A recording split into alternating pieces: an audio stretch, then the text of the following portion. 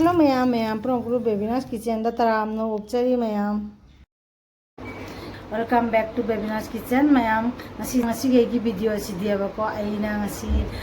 dosa su hore chutney suma seme adgidi sambar su jaure. Di ma'am dosa se ma'am adgidi akhoi dosa se horaga na crispy oidabado ado kari oiroidino ado oibodo adugi mawong do chapchana oiduini bako kari oiroidino crispy di oiduini ara crispy do oibese akhoi phong saraga chauna tamdane oiba jaha crispy se horaga su punga muka thamagabudi kharabudi nokthagini su mahau di mangoyebako adudugi mawongduni aina hawduise adudu mayam jengminarasi ngasigai video ase mayamagi channel asibu mayamna like share subscribe to support su to biro subscribe to raga like share to raga support mayam to biro ado support to phangjaga di akhuchu ane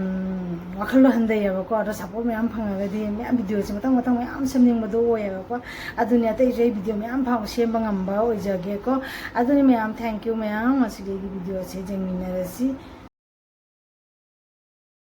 Hello ma'am, ngasi aigi crispy dosa hobase ma'am jengminarasi ko adugi damakta ina ham da lawise ching se cup ahum khak ni ko chamanaba cup ki chang do duduna ba aman ham da ma hapre asiga ani hape aduga daka ahum haptuine ba ko cup ahum ni baina cheng hapise halori ba cup sigi measurement chang siga cho chapmanana ko asiga ura dal se asi su cup ma chapchana lawjare aduga ina huji haptuise machu color phajana bagi dosa se jeng ba phajana bagi aina methi dana se chama chama oina oinya ba ko asimoina hapchala kusina mix tawsalla ko aruga jamna maruiba poti kaino habda asise chana dal se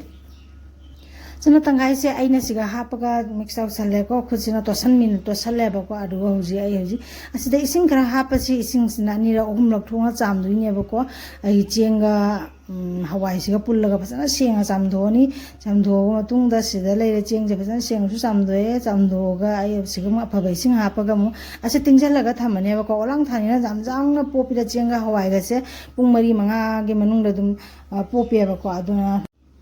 cheng si tingjalaga thamgrasi aduga hojik asiga kari tawge na habdo jeng asi cheng se pupsun se ina plate sinu kupsalaga thanam thami me ba ko ina tingi ba chenga hawai ga se aduga hoji asi se kari pata mana si so ina hekle e asi jawa gadi dosa da chabada mahau he na leya ba ko aduga cheng si sune phajana popthok na leirame aduna ai sida grinder mixer jar ma laure jar sida ina chenga hawai ga tingmodo siga hapchalaga aina takna bagi thorang tawre ado ase takpa matamdane ko ising the jamna hapchalaga amukta loina takhai bedo ja deba ko khaji hapa ga ani rahum lok thokna takhai duini aduga takhai ba matamda su ising ja amukta jamna hapchan ba ja de khaji hapa ga changro jinga munna mon lawna tak tuine ba ko marai munna takhai bagi matau tai ba better se phajadra ga di phana takhai draga di dosa se sembada oibada waya ba ko oibangam de ba ko akhagi magi crispy dosa se oi de ba ko adu nani dosa se aina takhai bese ani ra hum se phajana takhai raga aina siga steel gi patra ma lawraga patra siga aina hapchalle patra siga aina hapchalaga sumaina tawna aina takhai ba chenga hawai ga loina sigi patra siga hapchan duini hapchalwa matungda aina asigi better se 12 hour ID ko akhagi ahing amane asiga makhum khumjalaga thanam duine ba ko nungdang chupaina siga makhum khumjalaga siga thanamne hoji aduga somda ase ai asiga masala gi thum thorang tawrage masala semduine ba ko alu paneer masala semduine aduduna alu se aina siga alu mana saruk mari thokna semaga siga onion ga tomato ga soina roina samdoga thamme ba ko asiga garlic chujaure aduga gidi ginger chujaure sida aduga alu side hana cooker amada hana phunna bagi thorang tawrage ising gatang hapaga cooker sida alu se hana thangat khrage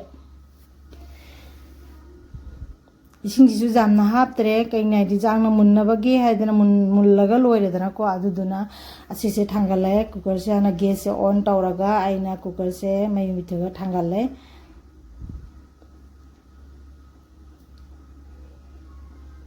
ꯑꯗꯣ ꯍꯧꯖꯤꯛ ꯑꯩꯅ ꯁꯦ ꯑꯂꯨꯁꯤꯁꯨ ꯃꯨꯜꯂꯕꯅꯤꯅ ꯑꯩꯅ plate ꯑꯃꯗ ꯂꯧꯊꯣꯛꯑꯒ ꯊꯝꯃꯦ ꯑꯗꯨꯒ ꯑꯩꯅ ꯃꯁꯂꯥ ꯁꯦꯝꯕꯗ ꯆꯪꯒꯗꯕ ꯁꯤꯒ ꯆꯅꯝ ꯑꯁꯨꯕ ꯁꯤꯡ ꯑꯁꯨꯕ ꯑꯗꯨ ꯀꯔꯤ ꯄꯇꯥꯗꯨꯁꯨ ꯑꯩꯅ ꯁꯦ ꯂꯣꯏꯅ ꯀꯩꯅꯣ ꯇꯧꯔ ꯁꯤꯊꯔꯒ ꯊꯝꯃꯦ ꯑꯗꯩ ꯐꯗꯤꯒꯣꯝ ꯌꯦꯜꯂꯣ ꯀꯂꯔ ꯑꯣꯏꯁꯦ ꯐꯗꯤꯒꯣꯝꯁꯦ ꯁꯨꯡꯁꯥ ꯁꯥꯕꯗꯨꯅ ꯌꯦꯜꯂꯣ ꯑꯣꯏꯌꯦꯕꯀꯣ ꯑꯗꯣ ꯑꯣꯅꯤꯌꯟꯁꯨ ꯆꯣꯞ ꯇꯧꯔ ꯊꯝꯃꯦ ꯁꯤꯒ ꯄꯅꯤꯔꯁꯨ ꯈꯔ ꯂꯩꯔꯦ ꯑꯩꯅ ꯌꯨꯝꯗ ꯁꯦꯝꯖꯕꯅꯤ ꯑꯩꯅ ꯄꯤꯁ ꯄꯤꯁ ꯀꯛꯑꯒ ꯊꯝꯃꯦ ꯑꯗꯨꯒ ꯍꯪꯒꯥꯝ ꯃꯔꯨ ꯇꯃꯥꯇꯔꯁꯨ ꯆꯣꯞ ꯇꯧꯔ ꯊꯝꯃꯦ ꯁꯤ ꯑꯂꯨꯁꯤꯗ ꯁꯤꯗ ꯂꯩꯔꯦ ꯄꯨꯝꯅꯃꯛ ꯃꯆꯜ ꯄꯨꯝꯅꯃꯛꯁꯦ ꯑꯩꯅ ꯁꯤꯗ ꯁꯦꯝꯃꯒ ꯔꯦꯗꯤ ꯇꯧꯔꯒ ꯊꯝꯃꯦ ꯑꯁꯤ ꯃꯌꯥꯝꯁꯦ ꯍꯥꯞꯄꯒ ꯑꯩꯅ ꯃꯁꯥꯂꯥꯁꯦ ꯁꯦꯝꯗꯣꯏꯅꯦꯕ ꯑꯗꯣ ꯃꯁꯥꯂꯥ ꯁꯦꯝꯕꯁꯤꯁꯨ ꯑꯩ ꯃꯌꯥꯝꯗ ꯌꯦꯡꯍꯜꯂꯛꯑꯒꯦ ꯑꯗꯨꯗꯤ ꯀꯔꯤꯅꯣ ꯍꯥꯏꯗꯤ ꯈꯥꯡꯁꯤꯁꯨ ꯁꯤꯗ ꯊꯥꯡꯒꯠꯂꯦ ꯈꯥꯡꯁꯦ ꯊꯥꯡꯒꯠꯂꯒ ꯈꯥꯡꯁꯦ ꯁꯥꯕ ꯉꯥꯏꯕ ꯑꯣꯏꯅ ꯑꯩꯅ ꯉꯁꯥꯏ ꯑꯂꯨ ꯈꯔ ꯑꯩꯅ ꯐꯨꯠꯂꯒ ꯊꯝꯕꯗꯣ ꯑꯗꯨꯗꯣ ꯑꯩꯅ ꯁꯤꯒ ꯃꯦꯆꯔ ꯑꯃ ꯂꯧꯔꯒ ꯃꯦꯁ ꯇꯧꯁꯜꯂꯦ ꯌꯥꯝꯅ ꯃꯨꯟꯅ ꯇꯣꯈꯥꯏꯔꯒ ꯅꯠꯇ꯭ꯔꯁꯨ ꯌꯥꯕ ꯁꯨꯝ ꯑꯩꯅ ꯈꯔ ꯀꯥꯕꯣꯛ ꯀꯥꯕꯣꯛ ꯃꯦꯁ ꯇꯧꯔꯒ ꯊꯝꯕꯗꯨꯅꯦꯕꯀꯣ ꯑꯗꯨꯒ ꯁꯨꯃꯥꯏꯅ ꯃꯦꯁ ꯇꯧꯔꯒ ꯊꯝꯃꯦ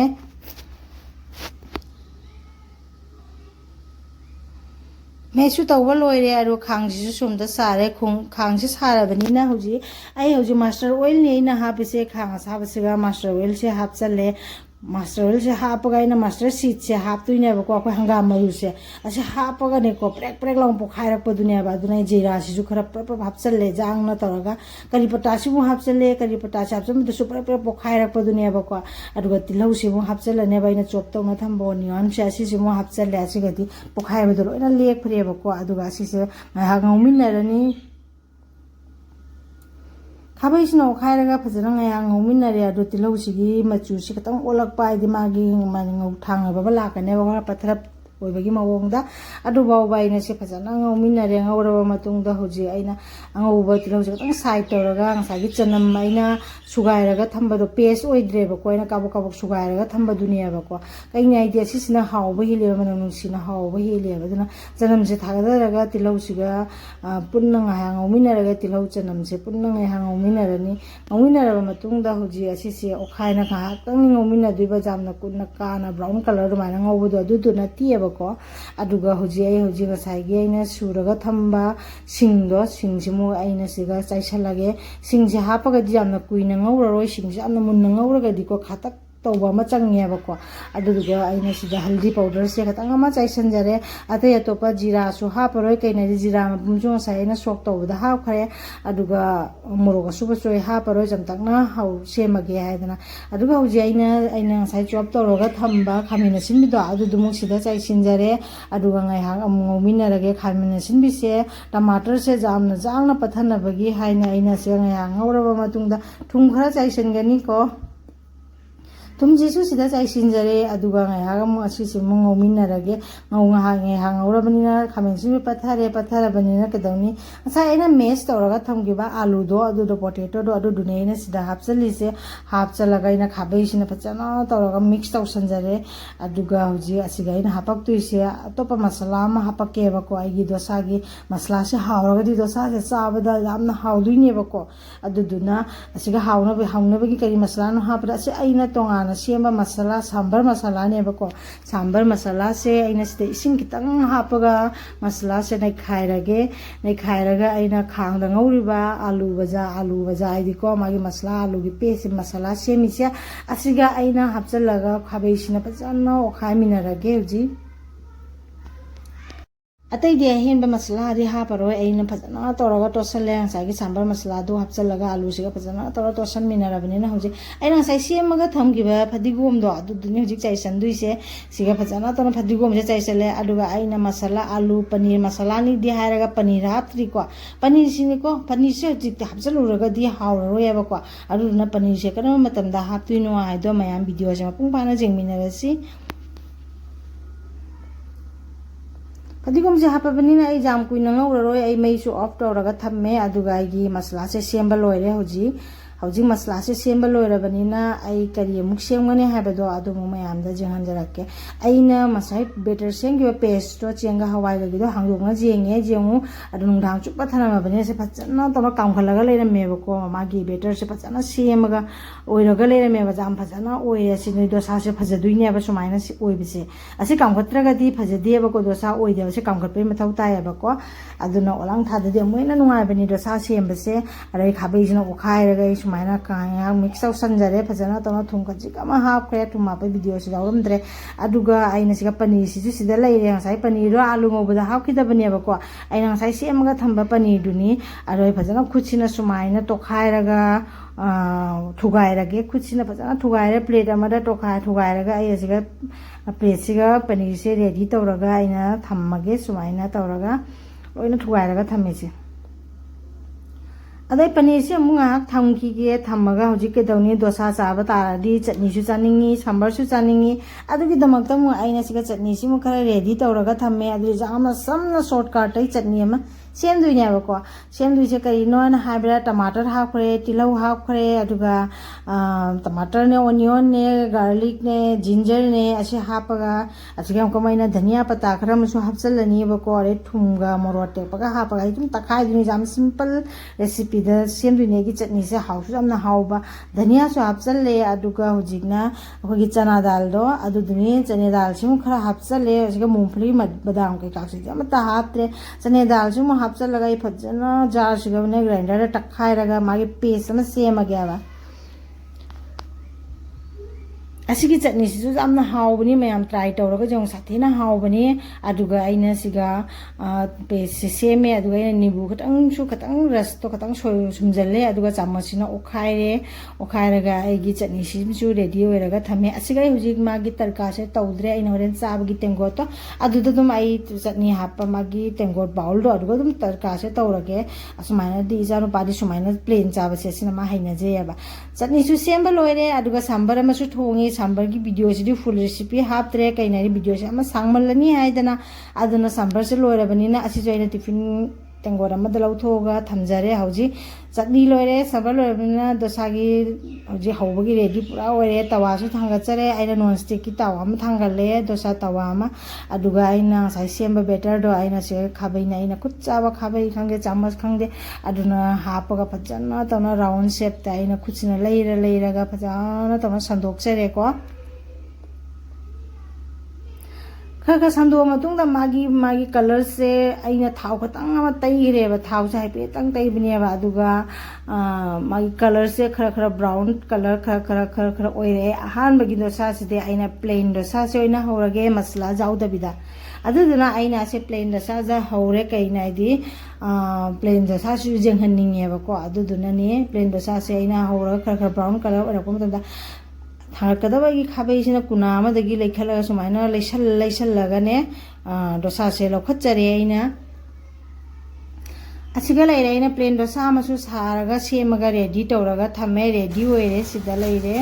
अदुगा जों क्रंच ओइबनि से मफमजे अइना जेंहनजरि सिने असि करिगी क्रिस्पी ओइरोइदोइनो हाइबदो असि सिनेबो क्रिस्पी से ओइ फजना ओइबनि डोसा के पेस्ट से सेमबदा फजना सेमदि पेस्ट दा लैरे सेमबदा मागी क्रिस्पी से ओइबो ओइदबसे असिदा लैरे सुमाइना अइना हुजब डोसा से ready ओइरे अदुगा हौजी अमकमु ngasai aina haikiba paneer masala dosa do adugi muk taya tawrasi ready tawrasi asidi plain dosa amaina pura plate ama ready tawraga thamme अदा प्लेन डोसा से हौबो लोरगा आइना तवा से हमको मु फी मन फजना तै थोएबा त डोसा से अमा हौबो लोरगा अमा हौबगी मतमदा हमको मतंग अमु हौनबगी सेमक मतमदा तवा से फजना फीना ते थोपै मथौ तायबा को असे सो आइना सिदा हापे आइना पेस्ट सिगा हापा बेटर से आइना सिगा खबैना हापा लोइना संदोगा आइना थाउ तै बाइ द सिनेबा को कसम तन्देबा खबै सितनेबा थाउ द लुप्तुबा रो खबै सिना लोइना नान धोइनेबा को नानदोगा डोसा से तुम खाबैसिना सुम नानबा दुनियाबा सुमाइना नान थाव हापाइना पुरा हाइजनबा नतेबा अदो आइना होबो डोसा से माने हाइदि तन से ब्राउन कलर ओइरे ब्राउन कलर से ओइरे बनिना सिगा आइना ngasai हाफ की सेमबा आलू की मसाला दो अदु दोइना से लोइना संदोए आलू से जामना हापत्रे आलू निना जामना हापसनबदो नुंगाइते हाइदना अदुना माई अपामा मतुंगिना आलू सिदि जामना हापलिकना हापसिदि इसागे मोट की मतुंगिना लैरे अदो ngasai आइना पनीर हापदबदो असिदा लैरे से आइना हुजिक पनीर हापिसिनिको पनीर से असुमाइना हुजि हापा ओइरगदि पनीर से चाबदा होरेन डोसा से चाबा मतमदा पनीर से गी महाउ से फजना फंगबा ngami aduga hawsu hawidum paneer से थोटना प्लेयबा को ngasai आलू दोंगोबा मतमदा पुन्ना हापचनगिबा तारगदि पनीर सिना कंजल्लेबा को अदुना चाबदा हाउतियबा अदुगा masala dasa sisu sembal loirabanina aina sida chutney su ready tawre chutney gi tengo siga jawriba magi mathakta muri se aina ngasai tarka tawbado adu dunia ba sok kaji kak tawbane ba ko tengo siga dum chaga ba tengo siga dum loge loge aina tarka tawga hapcham baduna ba aduga sambar so aina tengo ramada khaidok chare asini mayam ngasina aina haujaba dosa se ase plate siga ready tawraga thamme ba ko amana masala dosa ni asina masala dosa dunia ba ko aduga amana akhoi plain dosa ne ba ko asini mayam asi hobagi mawong se mayam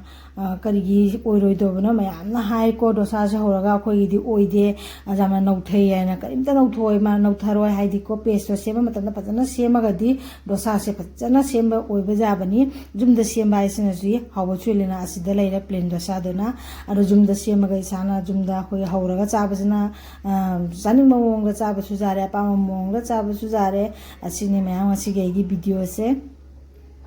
मैं आगे channel से like share subscribe तौबीरगा support सु खरा तौबीरो अदुने हजिक सेम्बल ओरबनिना आइसु चानबगी ready तौरगे ma'am आइना दोसा से अहानबदा आइना मसला दोसा से ओइना थुगायरगा मैम द जेंगनजरे अद मसला दोसा से हाना चारगे बको मसला दोसा से चाबगी वीडियो सु मचेरा माइना मैम द शेयर तौजरे वीडियो चाबगी वीडियो सु मचेरा मा हापसले अदुगा प्लेन दोसा से चाबगी वीडियो सु आइना मैम द मचेरा मा उचरे अदुगा आइगी दोसा से जामना हाउना दि चारे को ada mayam su haibiro ina chai se haudra haudra adu ngasi gi oina di matang asi dro isinjare ge mayam thank you mayam bye mayam